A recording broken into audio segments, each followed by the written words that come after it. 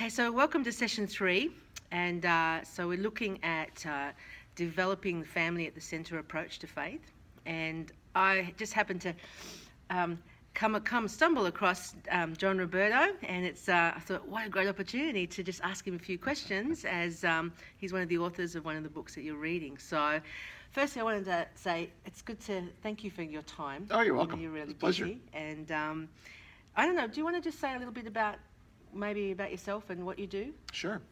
Well, for 40 plus years, I've been involved in faith formation. Started in youth ministry, which I always contend everybody's got to do at least 15 minutes with young people to get your credentials to go on. I spent decades. Yeah. And then gradually branched out really across the whole lifespan.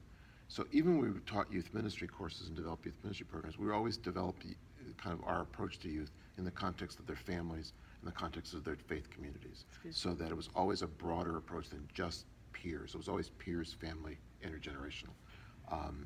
And then I began to really focus on families across the life cycle and how families connect with the whole intergenerational community. And that kind of moved us to really thinking about this as just a lifelong process. Good. That essentially we want to think about from the youngest to the oldest, at church, at home, out in the community, and then of course things that are developmentally appropriate across the lifespan. So it just got more comprehensive as you realize really the way faith is formed, and that you need to think much more comprehensively. And so no matter where you are in terms of what people are doing in a church, you always are fitting into a bigger process. So whether I'm working with children, I'm always part of the lifelong process. Teenagers, part of the process. Adults, I'm part of the process. You can't neglect the family. You can't neglect the wider community where people live their lives. So it's that kind of interconnection. So, and that's actually gotten a lot of traction. People have begun to work that way, think that way, and when you do that, you contextualize, especially children, youth, and you contextualize them in terms of the home and the life cycle. You're much more effective with them. So it's been kind of my journey. Has been kind of. As somebody said, well, as you got older, basically you got more lifelong, and there's probably some truth to that. Yeah. But you begin to see the interconnections across the generations and the ages, and the importance of the faith community and the importance of the home community. That's great. And if you can hear that he's been doing this for a long time, and in some ways this is a relatively new conversation within Christendom, and yet John Roberto brings so much wealth and depth because you've been on this journey for a long time. So that's what's exciting about that. So as a parent yourself, okay, if you can remember way back when when the dinosaurs walked the earth. You're always a parent, but that's true. It's so as a parent, what was the one thing that you found helpful in your child's faith development as you look back? I think, well, I'll probably do two things. I think keeping them connected to the church community, and keeping them connected to the grandparents. So we lived close to my grandparents, my parents, and my wife's parents, so that they were always connected to this multi-generational household, and family. And they spent a lot of time with their grandparents when they're growing up. And I think that connection was grounding. And they would see what faith meant to them. My wife's family, mom was Catholic, but dad was Methodist, and both active and practicing. And when my father-in-law died, the Catholic pastor also was at the funeral service in the Methodist church, and often talked about him as one of his best parishioners, because my father-in-law would go to all the things at the Catholic church, because he was going with my mother-in-law. So that's the kind of environment they grew up in. So it was a religious environment in that you simply lived that out, and the church supported that. And so we would do faith practices at home, but you could allow the environment to do a lot more 40 years ago than you can today, where you have to be very explicit about all the things you do, because you can't assume the things that we simply assume taking place in kids' lives. And I mean, that's the ideal in so many ways, but if you don't have a Christian faith in your home, then the great thing about community in church is that they become the surrogate grandparents, and all those beautiful intergenerational ages that make a difference. And that's still true today, except that if you're in the role of a church minister, whatever age group, you've got to build that. You've got to make those links. and we've got to do much more to support parents and grandparents. So things that were once very natural, I used to say they were the default position. They just happened. Yeah. Now you have to be intentional and create those, because you can't really assume kind of a supportive environment for this. It's sad, isn't it? Yeah, we've got our work cut out for us. But once we change our assumptions, once we have kind of an analysis of what's going on and change our assumptions, people are much more open to the good news and relationship with God and Jesus than we might think at first sight. It's just that it's not part of people's conversation. It's not part of the air that they breathe. When I was growing up, it was the air. That was the environment. My kids grew up in that to a little lesser extent. But today, when you're growing up, and I'm watching them parent their kids, they don't have the same support system. So when my granddaughter, 5-year-old, comes, we'll do Bible stories, we'll do, and she just is kind of getting that, feel for it. But you have to be intentional, because it's just not going to happen. Yeah, so that's probably leads into the next question is, what are the barriers for families when discipling their children at home today? So, because it's for me even, it's the air that we breathe. Yeah. So it's not even, I know that it's different in different spaces, but yeah, when I look at the families that are struggling today, what do you see as the barriers? The kind of the dramatic changes in the culture, whether it's the U.S., Australia, Canada, Western Europe, the changes in the culture really have the religious support systems are gone. They were carried for really generations upon generations by families, by the community, the neighborhood, the church. Those support systems are gone. So a lot of the parents now who are older 20s through the 30s, younger 40s, really didn't grow up in the rich, I call it thick, religious environment of church, home, community, neighborhood. And for me, ethnicity, because our Italian ethnic traditions just carried all kinds of things. Yes.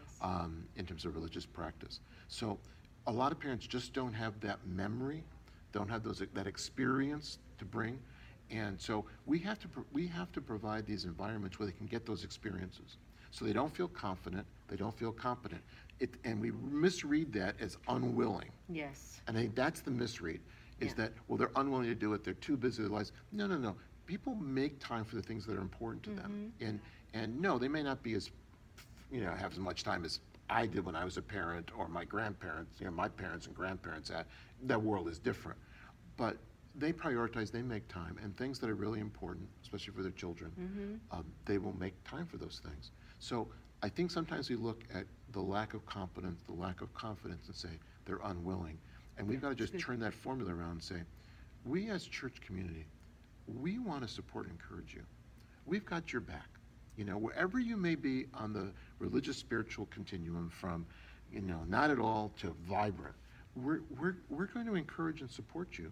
And what's your next best step? And I think if we go in with really realistic expectations and a relationship with families, I think the whole thing is that a lot of churches don't have a relationship with families. We see them programmatically, or we see them as an obstacle. Parents are the solution; they're not the problem. So if we can turn around and think, how do we support and encourage you? How do we build a relationship with you wherever you are, without all the expectations that that you need to be, this model of saintliness, this holiness. We'll work with you because we know you want the best for your children. And like 99.9% of parents want the best for their children. Some can't provide it, but the vast majority want the best for their children. And the thing is, a faith and a relationship with God are just foundational. Good. We also have to start earlier. A lot of churches don't start till the children are in grade school, and we've got to start at birth and provide that continuity. And because so much of the faith forming and the spiritual formation happens those first 5 or 6 years, and parents are the most open in those first. I mean, they're willing to do almost anything for their little person, and grandparents are. We don't tap the grandparent generation to be able to do this as well.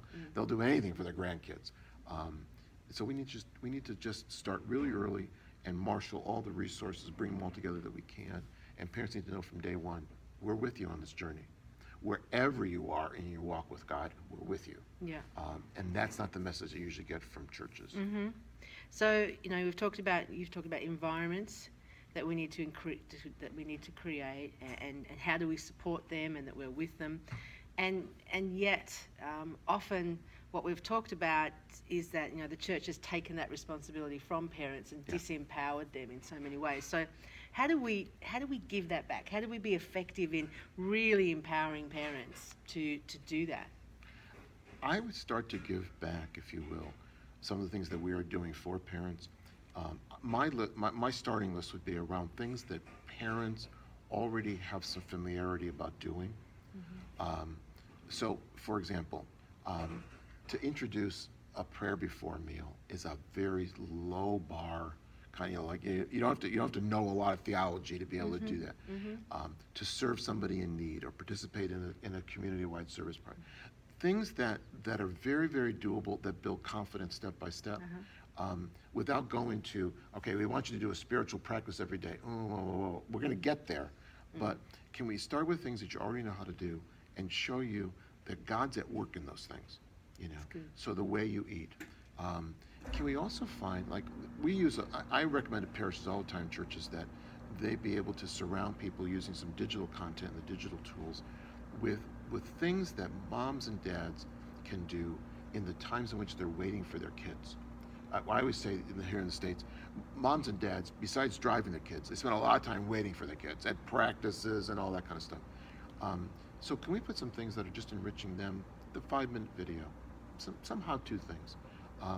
If we work from the assumption that they want the best, but they don't know how, so let's do how-to things, whether it's a how-to activity, a how-to video that's available on their phone, that they can take wherever they go, so that we're getting ready to do this big activity. Let's take a moment just for prayer, and they don't have to make a prayer.